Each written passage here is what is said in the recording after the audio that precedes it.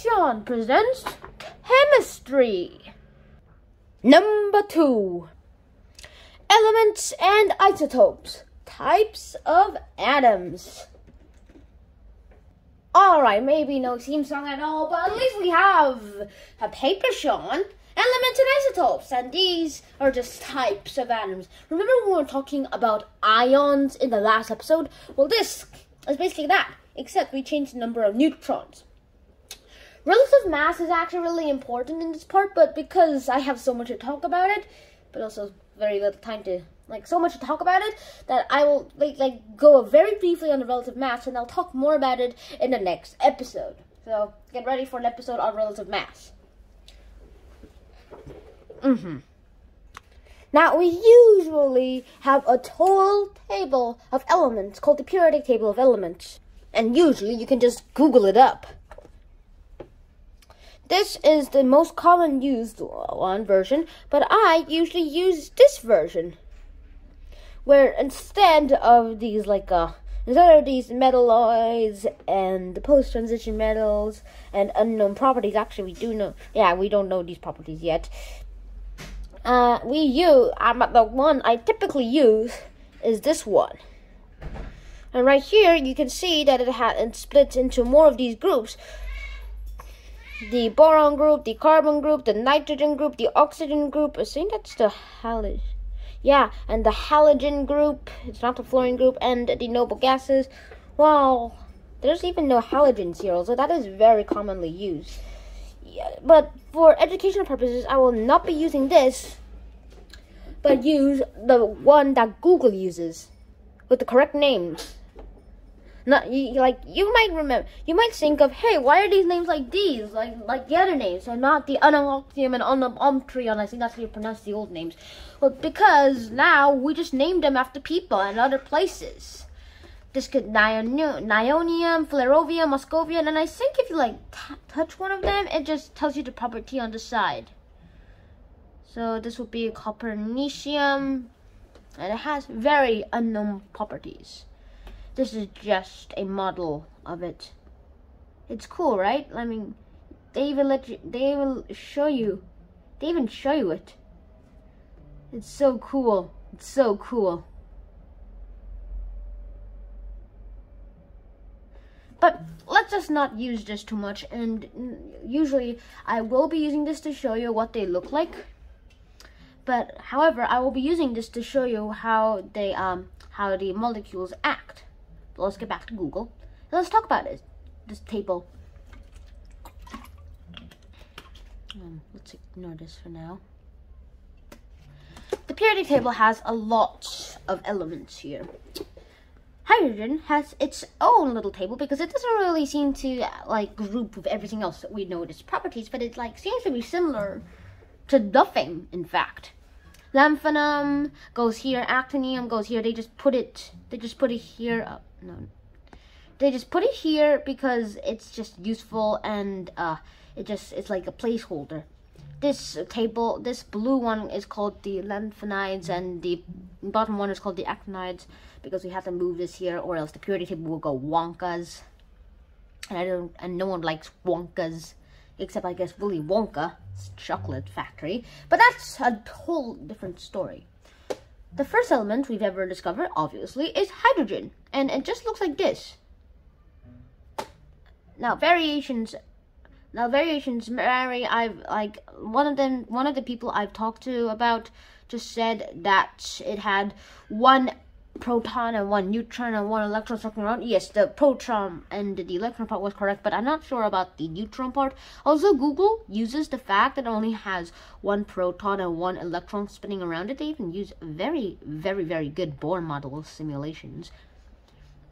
And it is the lightest element, and it is also used during the Hindenburg airship, this is also the gas that's the suspect and the actual thing that made the Hindenburg go like wonkas and catch on fire.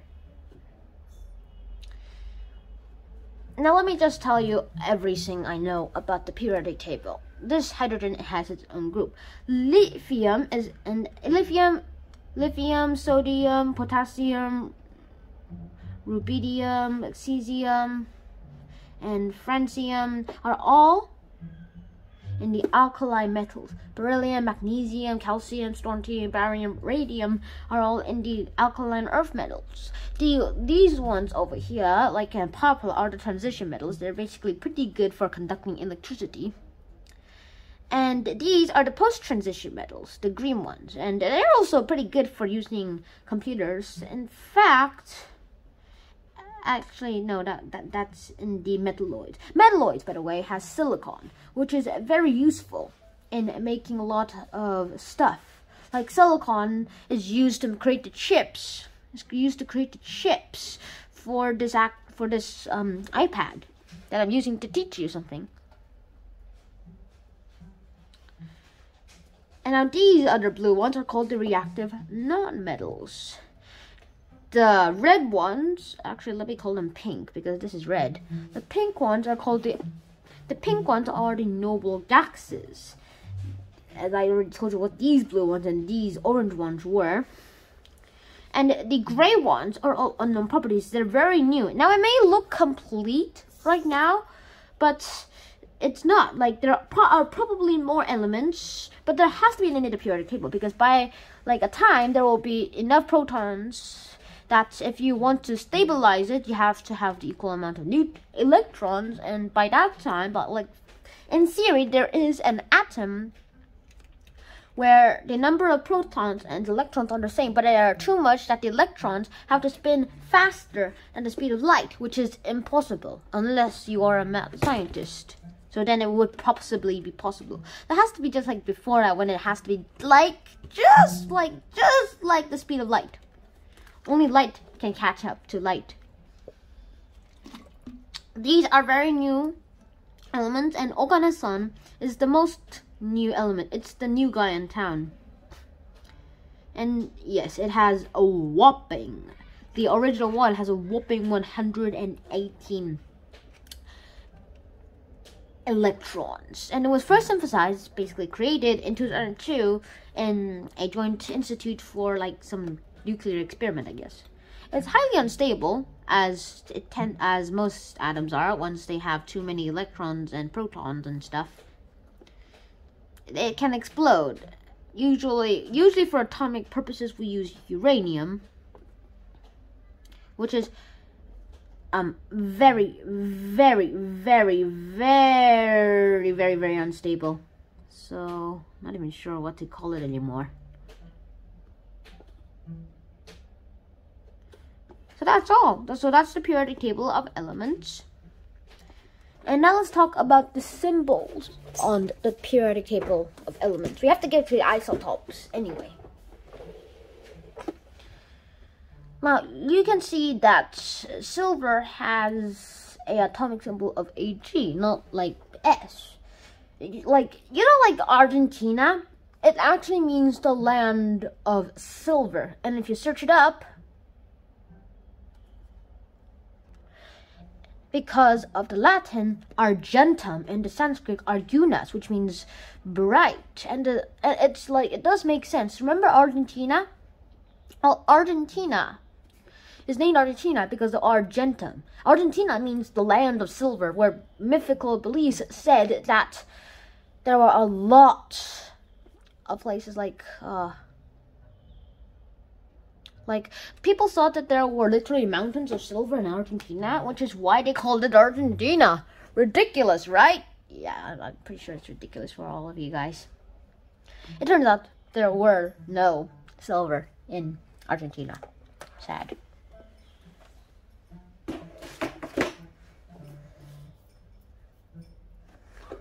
Here we go.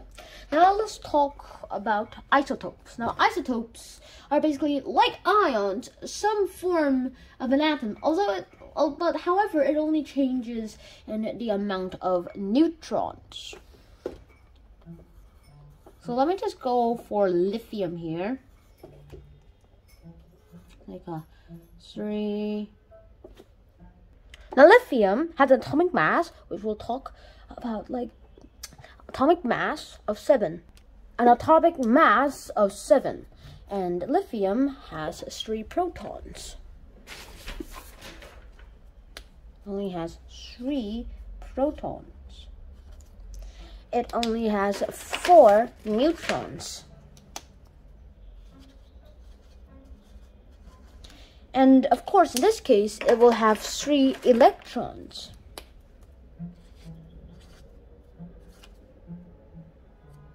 And by now, you would know that there is a lot to talk about in this.